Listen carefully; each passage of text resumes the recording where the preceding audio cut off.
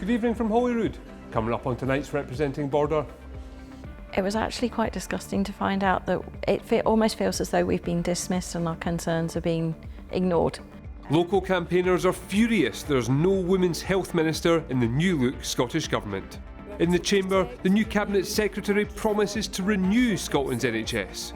We challenge her on whether she's taking their issues seriously. You have 3 women health ministers. Between us, we've got in excess of 150 years of life living on this planet, 6 children between us, and a range of other experiences. And 2 local MSPs give their thoughts on how the south of Scotland's health services can be improved.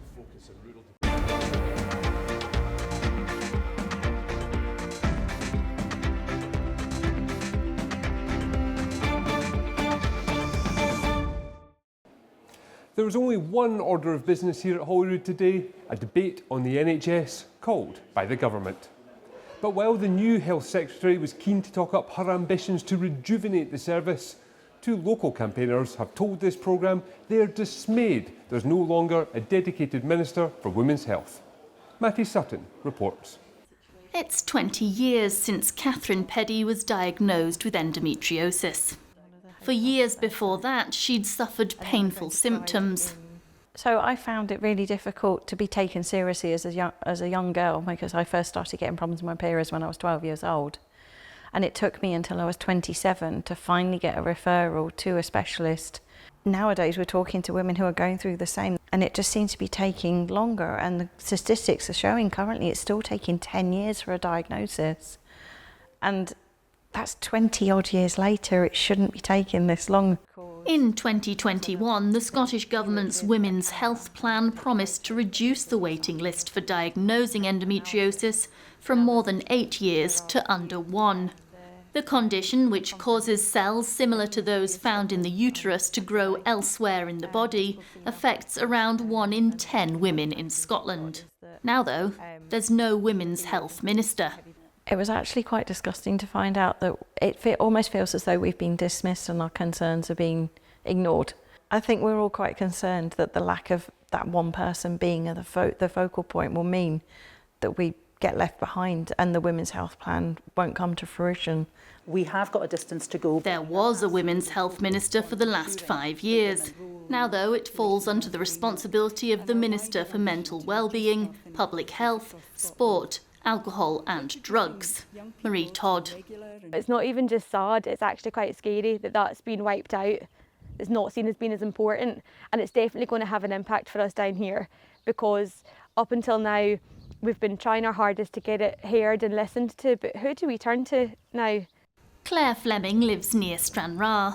She had her youngest son in 2021, and throughout the pregnancy she had to drive 70 miles to Dumfries for appointments.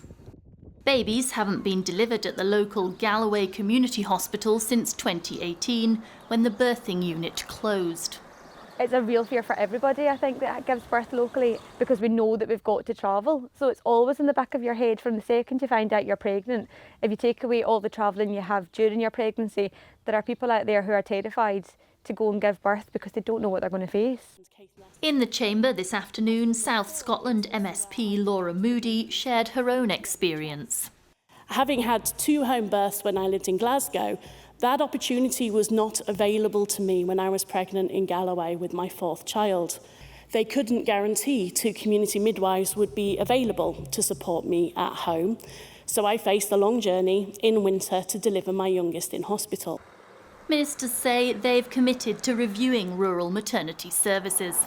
I commit to Parliament today to do absolutely everything in my power to protect, renew and reform our National Health Service, our most precious asset. Today, the new Health Secretary, giving her first speech in the role, sought to reassure those concerned. People will be well aware that Scotland is or was the first in the UK to deliver the Women's Health Plan. And that work will now be taken forward by Marie Todd, who has always been a champion for women's health. Women in our region will be watching closely to see if that promise delivers better health services for them. Matty Sutton. So what needs to change to improve health services in the south of Scotland? To consider that, I brought together two of our region's MSPs, the Conservative Finlay Carson, who represents Galloway and West Dumfries, and the Labour List MSP, Carol Mochan. Carol Mochan, what do you think are the key issues facing healthcare in the south of Scotland? So as we go into this new session, we really need to think about what we were told by constituents last term and during the election, and really people find getting services close to where they live very difficult. Lots of the different health services, whether it's GPs, dentists, maternity care, all of those things are still an issue for people in the south of Scotland. Finlay Carson, do you agree with that? Are particular challenges facing Dumfries and Galloway and in the west of your constituency in particular? Yeah, well, not much has changed. You know, Carol and I worked on maternity services in Stranraer. You know, the government undertook to look at rural maternity services, but as far as I'm aware, they're just gathering data, and there's still women in Stranraer, despite all the warm words from the Scottish Government, having to travel that 75 miles to Dumfries to give birth. It's really got to do with choice. It's not just about safety, whereas of course safety is important, but women in Wigtonshire should have the same choices on the table as women anywhere else in Scotland. Yeah, Carol, on that point, do you think this is moving anywhere near fast enough? You know, in terms of women's health in particular, we talk about those maternity services. Is there enough being done to give better services across the south of Scotland? Absolutely not. As you know, in the last session we had a motion passed by all of us to say that we need to investigate what's happening with maternity services across Scotland, and we both argued very strongly for what's happening in the Wigton area. And we now have no women's health minister. So they were supposed to be chairing the task force that would look at this issue. We haven't had any information about what will happen with that, or indeed how women's health will be managed within the new structure that John Swinney has put together. So no, I don't think so. Were you surprised there's no women's health minister? Yeah, I was surprised there was no health minister, and if I'm honest with you, the health minister that we did have was collaborative, so that was a really important part of that role, and so it will be very much missed. And I think it just Scottish Labour reflects... doesn't have a women's health spokesperson, though. You could have led the way in this. Yeah, absolutely. I mean, obviously we're reflecting the government, but I have made a big commitment within the Labour structures here that I will continue to, in my equalities role, to make sure that women and women's health are raised at every opportunity. Finlay Carson, should there have been a women's health spokesperson in Conservatives? You don't have one either. No, but I think what's clear here, and this is maybe where I disagree with Carol, yeah, we had Jenny Minto, we had Marie Todd, but we've still got no suitable maternity service in Stranraer. We've had warm words, we've had meetings with Neil Gray, but yet these services still haven't been returned. We had an independent review that suggested that midwife-led births should take place in Stranraer, but that hasn't happened. All we've seen this government do, the previous government and this new SNP government, I'm sure will be the same, is review after review. What we need to see is actually services as close to people as possible. Okay, so what does that entail then? What exactly does need to be done? Because it's easy to say this is what's wrong, but what do you think needs to be done to fix it? Well, we had the independent review. The review came out and said there should be a midwife-led birthing suite in Stranraer. That was ignored by the IGB. We've now had the Patient Safety Commissioner raise concerns about Dumfries and Galloway Health Board and their approach to various things. The government have announced a review of rural maternity services. They're gathering data, but as I say, years on from that service closing, we're still no closer to the women being able to give birth in Stranraer. Carol Mochan, all of this costs money. Is the answer just to pour more money into the NHS? I think there is a lot that needs to be done. So we know in these rural areas, actually getting a workforce, there's no workforce plan in place. These kind of issues have to be addressed, and the SNP government tell us that they're going to do these things. So they're not saying it's lack of money, it is lack of delivery of these things, because they talk about workforce planning. Over the last session, I continually spoke to them about an apprenticeship model to be used to try and encourage local people to take up jobs in social care, in health services, and continually you just get, yes, we're working on that. So there's no delivery of the things that they've actually told us they're going to do. Okay, but Finlay Carson, these things do cost. Where are you finding the money for? Well, but it's not just the cost, it's workforce planning. It's quite clear there's been a shortage of midwives in Dumfries and Galloway.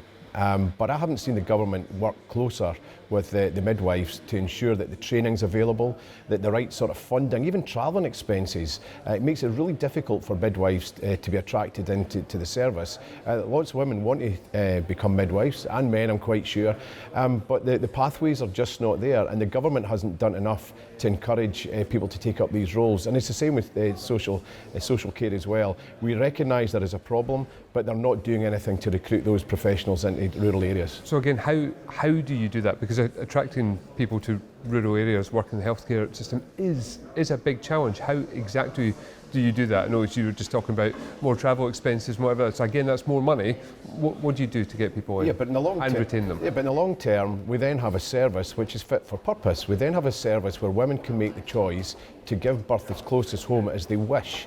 Now that's equity, that's equality, and at the moment we're not seeing that. With the NRAC formula, which it sends funding to different health boards, Neil Gray said he was going to review that 5 years ago.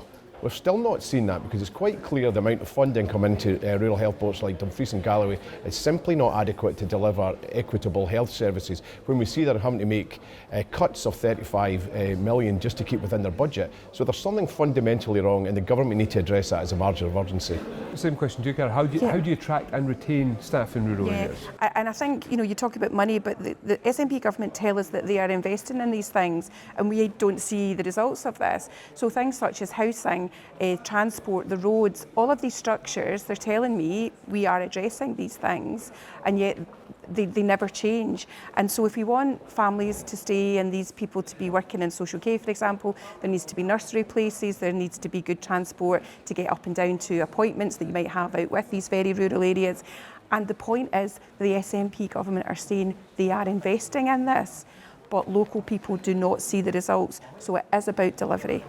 Labour's big plan during the Holyrood election, though, was to reduce the number of health boards to 3, effectively to centralise a lot of services. Wouldn't this just strip decision making when it came to the big calls from local areas and have even less focus on rural communities? Yeah, I mean, we did have this about moving to 3 health boards, but fundamentally, as you know, I was part of the health team, so fundamentally this was about trying to make sure that we brought together services that could be dealt with together, but that we actually pushed power right into local communities, so that local communities, because it's not one size fits all, it meant that decision making could actually be made at that very local level, which in terms of south of Scotland is such a different population that would have been very helpful. Finlay, Carson, you talked there about the funding formula for health boards. I just wonder, is it sustainable to keep pouring resource into every single community in Scotland, or at some point do you need to cut your cloth and centralise some services? Well, if we want to see depopulation, that's the way to do it, is to cut the amount of money going into rural areas. What we need to make sure is we have sustainable, critical services in every community. So every community is different. So there's some villages will need that nursery provision, that will need that primary school, and that helps bringing people in, but there seems to be a lack of recognition that rural depopulation is happening right now, and something needs to be done fundamentally to reverse that. And until that's done, and that is providing funding to make sure nurseries stay open, providing funding to make sure the rural primary schools stay open, these are the critical services, and we lose those, there's a domino effect and other services collapse. So we need to fix it right at the source of the problem, and until we do that, we will still see issues with recruiting midwives, with social workers, we'll see issues with new rural housing. So there needs to be a real focus on rural depopulation and reversing that before we see any improvements. Big issues to chew over. I'm sure we'll do a lot more over the next 5 years with both of you, but for now, Karen Mockin, Finlay Carson, thank you both very much. Thank you. Well, the new Health Secretary denies that women and rural communities are being sidelined. Following this afternoon's debate, I put some of the concerns we've heard to her. Angela Constance, how big a challenge do you face as Scotland's new Health Secretary? Well, of course, there are challenges to face, and I and the SNP are absolutely continued to invest, protect and renew our national health services. I'm certainly up for the challenge. We have much to be proud for in terms of Scotland's health service, in terms of what's been achieved in the face of challenging times, but undoubtedly there is more to do. And the debate in Parliament this afternoon was the opportunity to set out our stall a bit and to have a dialogue on a cross-party basis about next steps for reform, because as most people have acknowledged, given increasing demand, the challenges of today and tomorrow, that we do indeed need to have a managed reform of our National Health Service. Yeah, because the statistics out this week show that the big problems that have dogged Scottish Government aren't going away. Record or highest number of people waiting more than 4 hours in accident emergency for any April this week. Is it acceptable for more than 44,000 people to wait for more than 4 hours and more than 15,000 people to wait more than 8 hours for emergency treatment? No, absolutely not. And the one thing I can say without fear or favour in terms of any position I've had the privilege of occupying as a minister within the Scottish Government is I'm particularly candid. If something is not good enough, I will certainly call it out and say it's not good enough. Because these figures are going in the wrong direction. Well, what I would say is substantial progress has been made. And when I point to the positives and the successes, I don't do that to shy away from the challenges, but it's all about increasing our resolve to do more, to build on success, to build on what works. And we are seeing, after some concerted effort, we are seeing a reduction in those very long-term waits. So there has been over 75% reduction in the longest waits for outpatient treatment, and in terms of... there has been there, but also the Scottish Government promised that by April no one would be waiting more than a year for that kind of treatment, and that hasn't been met. When will that target set by the Scottish Government be met?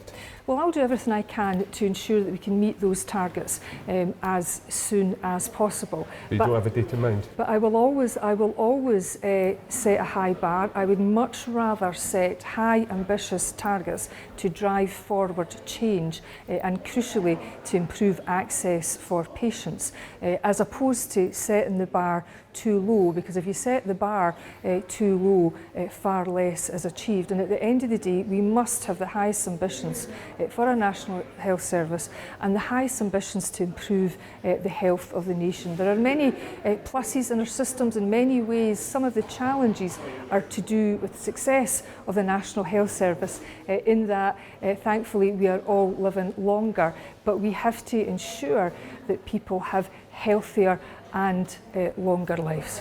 Why is there no dedicated Minister for Women's Health? Well, let me tell you this, every health minister is dedicated to women's health, whether that's myself or the two junior health ministers. And it's really important that if we're going to have a productive, meaningful debate of substance around women's health, that we look below the job titles and actually what people are responsible for.